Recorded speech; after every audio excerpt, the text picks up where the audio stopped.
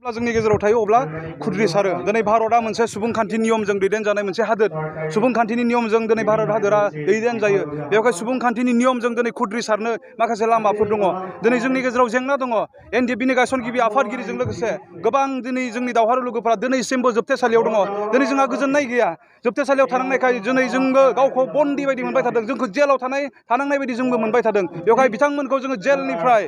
जेबो सार्थ गैयाजासे उदां खालामनांगौनि दाबिजों दिनै एनडिएफबिआ एक्स एनडिएफबिआ दिनै बे सुबुंगमा होज्रि खावनाय हाबाफारिखौ जों लानाय जादों जिहेतु गोजोन सुक्ति जाखांनायनि उनावबो दिनैसो रन्जन दैमारि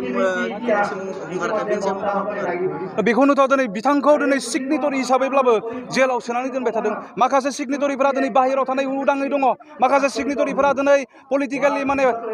फाइट खालामनानै बिथांमोना मासि लानानै दङ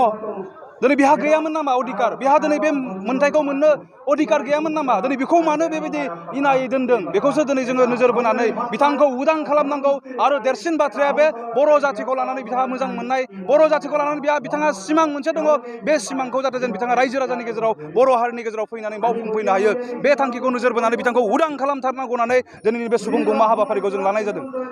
जिहेतु रन्जन दैमारिया जेलनिफ्राय जोबथेसालियाव थाबाय थानायनि सायाव सोरबाफोर आखाइ दं नामा सोरनिबाफोर राजखान्थिफोरनि नाय मोनसे बाथ्राखौ दिनै जों बुंगोन राजखान्थिनि सोरनिबा आखाइ दङ गैया दिनै जों बेखौ बुंनो हास्थायाखै दिनै रन्जन दैमारि सारा माबायदिहै 2013आव बेलाव ओंखारनानै सिज फायाराव थानानै सोरखारजों सावरायनो हादोंमोन बे प्रसेसखौ दिनै जों मोनथियो बेवहाय दिनै जों खावलायगोन बिथाङा दिनै जेलाव थानायनि आन्दोआव बिथाङा दिनै जेलाव थाबाय थानायनि आन्दोआव सोरखारा दिनै लेहेमिया खालामदों दिनै जायफोरा सोरखारखौ दैदेनबाय थादों सोरखारखौ सालायबाय थादों बिथांमोना बिबान लानायाव फेलें जादों जायनि थाखाय जोंनि दैदेनगिरिया जोबथेसालियाव थानांबाय थादों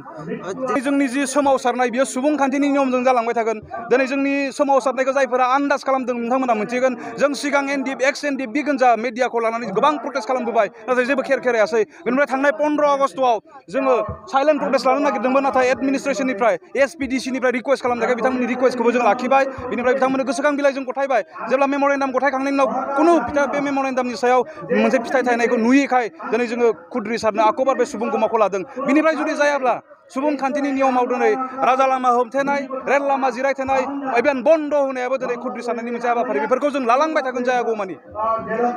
बाथ्राखौ जोङो क्लियारै बुंगोन दिनैनि जि सुबुंगमा हाबाफारियाव बाहागो लानाय रायजो राजाफोरखौ दिनै नाय दिनै बिथांमोना चिराङाव दोननायखौ लुबैयाखै बिथांमोना दिनै लुबैदों बर' जाथिया दिनै लुबैदों बिथाङा उदां जानायखौ